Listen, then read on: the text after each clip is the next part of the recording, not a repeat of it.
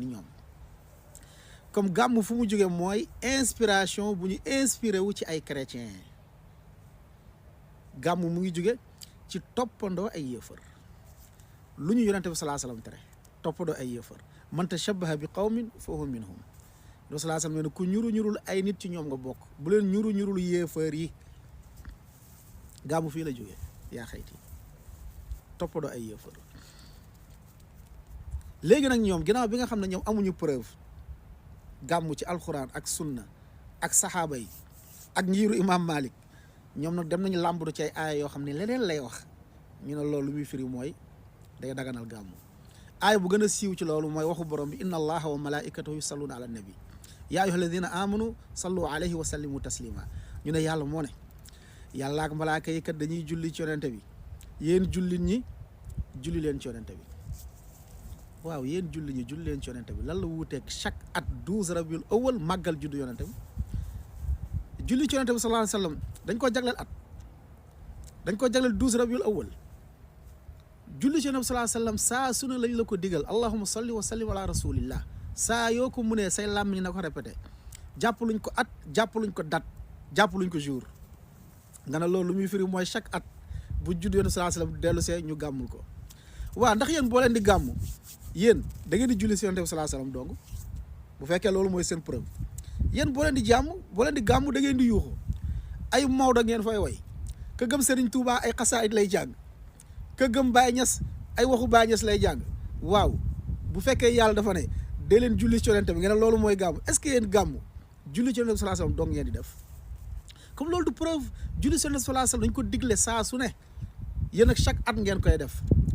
ñaareel bi mooy ñu jëli beneen xadis ñu ne yonent bi sallallahu alayhi wasallam dañ ko laaj lan moo tax ngay woor bisu altine mu ne parce que ci laa judd ñu ne loolu muy firi mooy gàmm bisu altine lañ ko laaj lan moo tax nga koy woor mu ne parce que ci laa judd sunna bi leer na foofu sunna bi leer na mooy chaque altine nga woor est-ce que dafa ne chaque altine nga màggal juddam dajaloo sa jàkka ja yuuxu way takki baas togg ay mana beneen bi mooy est-ce que yéen chaque altine ngeen di gàmmu ndax xadis bi bisu altine la wax est-ce que gàmmu yëpp altine lay tombel est-ce que chaque altine ngeen di gàmmu bu fekkee loolu mooy seen preuve gàmmu leen chaque altine est-ce que gàmmu bu ne altine lay tombel comme loolu du preuve ndekete beneen bi lu ci gën a doy waar gën cee xorom ndeke yonente bi sallallahu alayhi wasallam ñoom bis bi ñuy gàmmu ñun waa Sénégal ak ñeneen ndekete borom xam-xam yi dëppoowuñu sax ci bis bu mu judd maanaam date bi lu ñu dëppoo mooy bisu altine mais date bi ndax 2 la 3 4 5 dëppoo wuñ ci am na borom xam-xam yu ne mu ngi judd 2 rabiul awal 2 loolu mooy wax ibnu abdul barr ibnu kathir am na ñu ne mu ngi judd 8 rabiul awal loolu mooy wax ibnu hazm ash-sha'bi am na ñoo xam ne nee nañu mu ngi judd 10 rabiul awal loolu mooy waxu jaafar al baqir am na ñu ne nag mu ngi judd 12 rabiul awal yaa xaji naka ngay fekkee boroom xam-xam yi wuute ci bisu juddu nit ñu ne sàmba mi ñii ne 2 la juddu 2 janvier ñee ne 4 ñee la 6 ñee la 8 12 yow nga ñëw ne xaaral ma jàpp 12 la bokk lii dafa xorom ndekete dëppoowuñu sax ci weer bi waxuma la bis bi de date bi bis bi ndekete weer bi sax dëppoowuñ ci am na ñu ne safar la judd nekkul rabiul awal am na ñu ne ramadan la judd nekkul sax weer rabiul awal yaa xi gàmm lu ci laxasu mu nekk bidaa lu ci laxasu def ko bidaa moo bari léeg-léeg am ku ne la waaw lan moo ci nekk xanaa du jàng alxuraan rek xanaa du yonente bi la lan moo ci nekk aha kay lu ci nekk mooy yow bii gàmm créé gàmm da nga ne yaa gën a xam yàlla la baax ak lu baaxul ndax yàlla la mu jox yonente bi sallallahu alayhi wasallam gàmm bokk ci musu koo def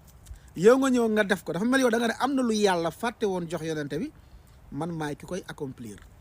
dafa mel da nga ne yonente bi sallallahu alayhi wasallam mission am des na parce que ba muy dund am na lu ñuy tuddee gàmmu maanaam da koo fàttee jox saxaaba yi loolu tax mu garaaw da nga ne yow yaa gën a xam yow mii gàmmu da nga ne saxaaba yi am na lu ñu fàtte woon am na ab mbaax boo xam ne saxaaba yi daf leen rëcc yow yaa gën a xam Aboubacar Omar Ousmane Ali mboolem saxaaba yi yow gàmmukat bi nee na yaa leen gën a xam diine ndax am na lu manqué woon ñoom xamuñu ko woon yow yaa ko xam lii moo tax gàmmu bidaa garaaw comme gàmmu mbokk yi bidaa la amul cëslaay ci diine lu ñu créé la ñu ngi ko créé 4e siècle ñu ngi ko inspiré woo ci ay chrétien ci ay yéefar li nga xam ne moom la ñu yonente bi sallallahu alayhi wa sallam tere wallahu aalam wa salli allahumma wa sallim wa barik ala nabina muhammad كما قال عز وجل ولقد وصينا الذين أوتوا الكتاب من قبلكم وإياكم أن اتقوا الله. كذلك نأمر بالمعروف وننهى عن المنكر. الواجب أن تكون أمة الإسلامية مذهبها مذهب السلف الصالح. نحن نتبع نهج رسول الله صلى الله عليه وسلم.